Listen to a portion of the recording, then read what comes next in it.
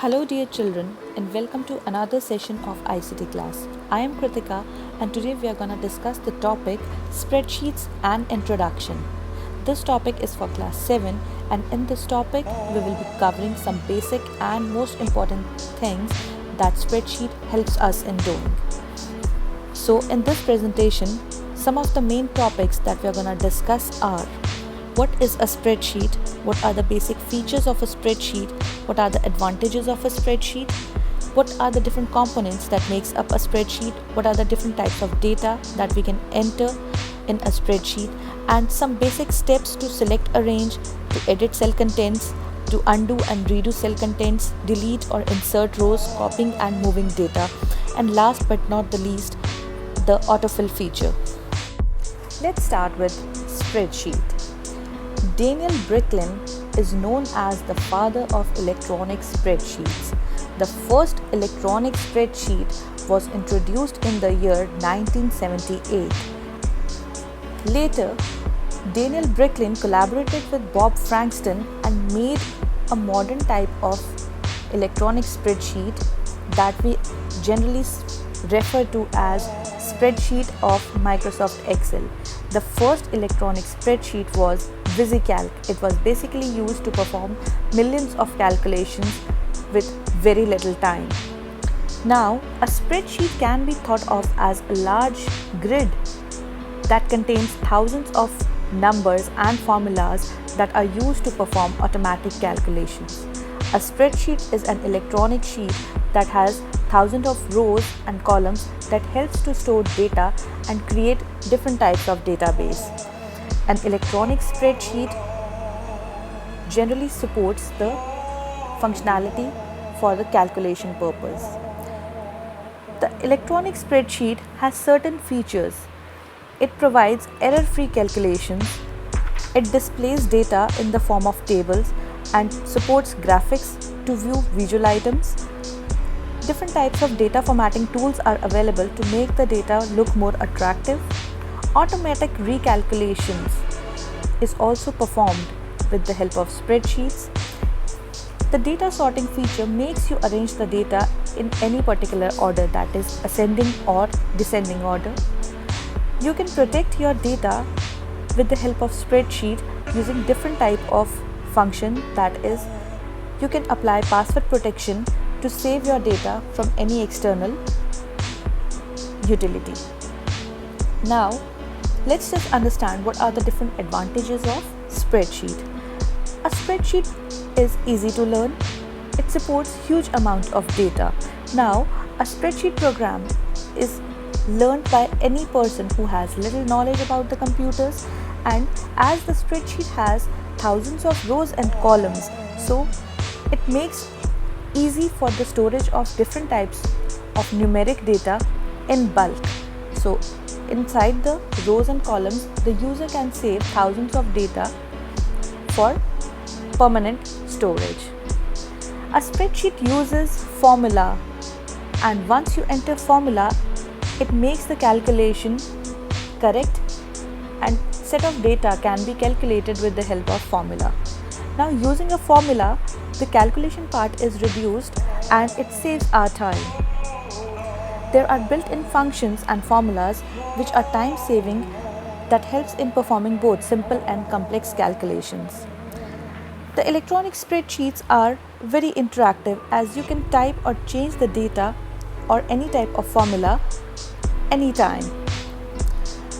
The spreadsheet provides visual features. It means apart from viewing your data in a textual format, you can also view your data using charts and graphs, which makes comparing the data categories and values effectively. Automatic calculations and recalculations can also be done in the electronic spreadsheets. Using formula, we can change the data and the calculated part of the complete selection will be recalculated automatically. So automatic calculation is one of the major advantages of spreadsheets. Now you can share your data that you have entered inside a spreadsheet with any type of device or any type of removable media. You can share your spreadsheets via emails, mobile storage, pen drives, and other applications as well. Last but not the least, electronic spreadsheets are printable. So once the data has been entered, calculations have been completed, the data can be printed in the form of hard copies. So this is all about the advantages of spreadsheets. Components of a spreadsheet is the next topic, and all the parts that makes up a spreadsheet are known as components. Whatever we see when we turn on Microsoft Excel spreadsheet are all the components. Now the first component to be discussed is a worksheet. A worksheet is the first screen, the first tabular structure that is used to enter data and do different types of calculations is your worksheet. A worksheet is made up of grid of cells that are arranged in horizontal rows and vertical columns. In Microsoft Excel, there are 1048576 rows and 16384 columns. This is a very important term, and this value is really very important in case of rows and columns. Now, the intersection of rows and columns makes a cell. A cell is the smallest but the most powerful part of a spreadsheet. It is used to enter different types of data and perform different types of calculations on the data that has been entered. Entire worksheet is made up of cells. It is a small rectangular box that holds data for calculative purposes. The next component is the cell address. It is the name of the cell and it is displayed in the address bar. A cell address contains the column number and row number. For example, if a cell is on the 11th row or and on the AB column, then its address will be AB11. So the name of the cell on which we are currently working or the currently selected cell's name is known as the cell address. The next component is active cell. Any cell that is currently selected, whether you are typing it on it or just selected the cell which has a dark boundary, is known as an active cell. An active cell will be shown in the address bar. The address of the active cell generally is displayed inside the address bar. The next is column. The vertical set of cells is known as column. It is identified with the help of alphabets, for example A, B, C, and is extended up to XFD. The last column name is XFD. The column in which the active cell is located is known as an active column. Another component is rows. A row is the horizontal set of cells. Each row is identified by a numeric entry starting from number 1 and the last row number is 1048576. The row in which the active cell is located is known as an active row. Address bar is also known as the name box in Microsoft Excel spreadsheet. This is the bar that shows the address of currently selected cell or the active cell. If more than one cell is selected, then the address of the first cell will only be shown inside the name box, or we can say address bar. Next component is the formula bar. As Microsoft Excel works for calculations, and to do the calculations, formulas are used. Now, formula bar is the bar that is located towards the right side of the address bar, and it is basically used to enter formulas to perform different types of calculations. To enter any formula inside the formula bar, it is mandatory to start it with an equal to sign. The next component is the title bar. It is the topmost bar on the spreadsheet that shows the name of your current workbook that you are working upon. Range of cell is the group of adjacent cells that are selected by the user. A blue colored selection of multiple cells is known as range of cells. Status bar is the thin bar at the bottom of the Excel window which gives you instant help once you start working in Excel. The last component is the workbook. A spreadsheet allows you to combine more than one worksheet in a file. A workbook is a collection of multiple worksheets. By default, any workbook of Microsoft Excel spreadsheet contains 3 worksheets in all. You can simply insert more worksheets by simply clicking on Add button located next to the sheet 3 of the current worksheet. So these are all the components that makes up the Excel window. Next type of thing that we are going to discuss, the next topics are entering data. Now to enter data, we need to specify what type of data we are supposed to enter. In Microsoft Excel, 3 types of data can be entered, as Microsoft Excel works by performing different calculations, and calculations can only be performed on numbers. So the first type of data that we can enter inside a cell is numeric data or numbers. These are the data values that contains numbers 1, 2, 3, 4, 5, 0, etc., so as to perform different types of calculations. The next type of data that we can enter inside a cell is the text value or text data type. It is neither a number nor a formula. In Microsoft Excel, text is any combination of numbers, spaces, non-numeric data that are used to represent any category or heading. The third and the most important type of data is formulae. These are the entries that describe the relationship among cells and are generally the instructions that help to calculate or manipulate any number or text. Formula basically gives new values or produces new values from the previously existing values that are entered inside the cell. To enter the formula, it is always required to use an equal to sign. So these are the simple data types that you can enter inside a cell of Microsoft Excel spreadsheet. Now I'll be telling you about the different types of tasks or different type of practical work that you can do in Microsoft Excel spreadsheet. The first task is selecting a range using a mouse. Now, to select a range, to select multiple cells using a mouse, simply follow certain steps. Point to the corner of the cell range that is to be selected, and then holding the left mouse button, drag the mouse pointer to the diagonally opposite corner of the cell.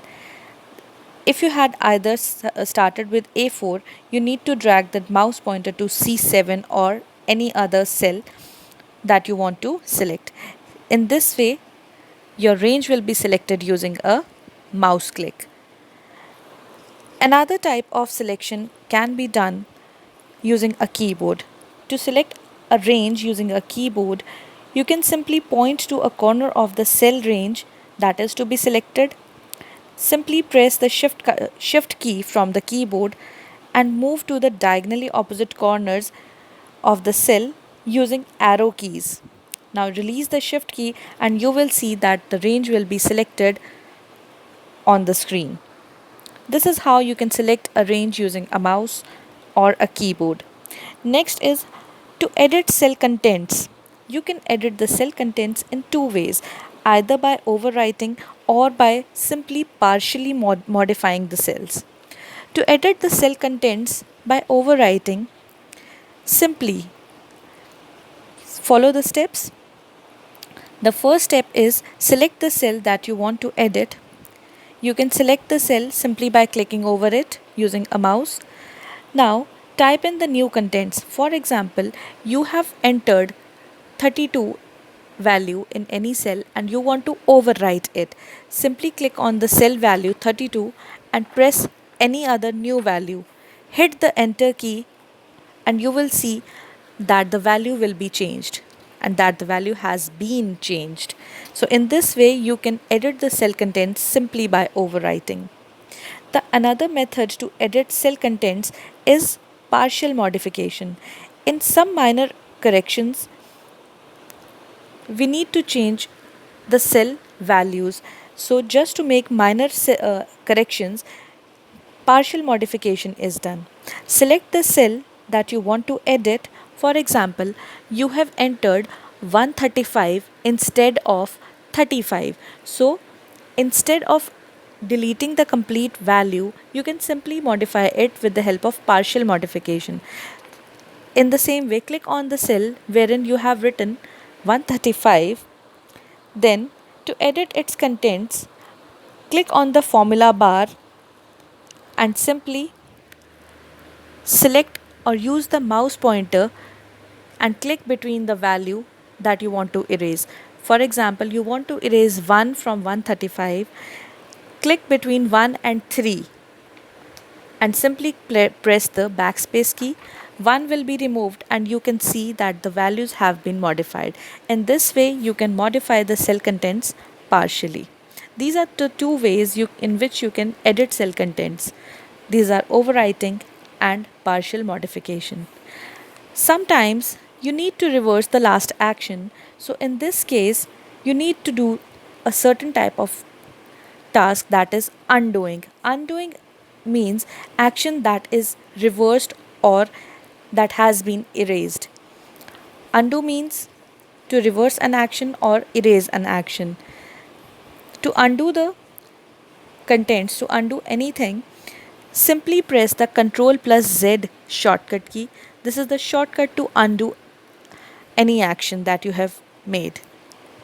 Simply, if you want to repeat the action, you want to repeat the same thing, you can simply do it with the help of redo command, and redo command can be done with the help of keyboard shortcut, that is pressing Ctrl plus Y collectively. Pressing the Ctrl plus Y key will perform the redo function, and pressing the Ctrl plus Z key will perform the undo function. With the help of undoing, the action will be reversed, and with the help of redoing, the action will be repeated again. So undo and redo helps you to reverse or repeat any type of action. Now, the next task is to insert rows and columns. If you want to insert a new row, it can simply be done by selecting the row. If you want to insert a new row after 23rd row, simply click on the 23rd number and it will make selection of the complete row. Right click on it and press insert row. New rows will be inserted. It will ask you insert row above or insert row below. It depends on you where you have to insert the rows. I am choosing insert rows above, so it will insert a new row above 23rd row, and 23rd row will be shifted to 24th, and in place of 23rd, new row will be inserted. Now to delete the same newly inserted row, simply click on the row that has been inserted. Again right click and press delete button, or use the delete tab on the pop-up menu. This will delete the currently inserted row. In the same way, if you want to insert columns, simply select the columns by clicking at its letter name. For example, you want to insert a new column between D and E. So simply click on E column and click on the home tab and look for cells group, or simply you can right click on the E column and choose insert columns option. So insert column option will make the insertion of a new column list between D and E. The E column will be shifted towards the F column. It will be named as F, and the new column that has been inserted will be named as E. And if you want to delete the newly inserted columns, you can follow the same steps. Right click on the cells or right click on the columns that have been inserted. Use the delete option from the pop-up menu. Click on the delete option and it will simply delete the delete the newly inserted columns. So in this way you can insert and delete rows and columns. These are very basic and simple steps. You can follow them simply by exploring what all can be done in Microsoft Excel spreadsheet. Now, the next task is to copy data. Copying means creating duplicate data of original data on the same sheet or on different sheets. To copy the data, first of all select the data as discussed earlier, right click and choose the copy option. Once you have copied the data, the selected data will show a dotted blink of border, a blinking border. That means the data has been copied. Now the next task is where you want to place or where you want to create the duplicate copy of the original data. Click on any cell where you want to paste it. Right click and select the paste option. The copy of the original data will be pasted on a new location. In this way, you can copy the data, hence make duplicate copy of original data. The next task is to move data. Moving means changing the location of original data and replacing its original position or original location with a new location. To simply move the data, what you need to do is select the data, right click and choose the cut option. Now choose a new location. Select the cell on a new location where you want to move the data. Once you have selected, once you have clicked on any cell where you want to move the data, simply press right click and choose paste option. In this way, your data will be moved from original position to a new position. Autofill is an exciting feature that is provided by Microsoft Excel to fill various types of values in adjacent cells. With the help of autofill feature, we can simply drag and drop the cell pointer to insert consecutive values that are same in context to any particular value. For example, if we are entering months of a year, we simply have to write January, and by dragging the mouse pointer below or towards the right side, will enter all the other 11 months automatically. It is done with the help of fill handle. A fill handle is a small square in the corner of the selection. When you point to the fill handle, the pointer changes to a black cross or a simple black plus sign. To display the shortcut that contains fill option, hold down the right mouse button as you drag the fill handle. Now, how to copy data with the help of autofill fill handle? Simply write January, or I'll take an example of days of a week. If I want to write the days of a week in Microsoft Excel spreadsheet automatically, what I will do, I will simply write the day, any particular day. Let's say I have written Tuesday. So in first cell, I will write Tuesday and I'll take my mouse pointer to the right corner, and when it will change its sign to a cross, I will simply press the left mouse button, drag the mouse pointer downwards, and I will simply release it.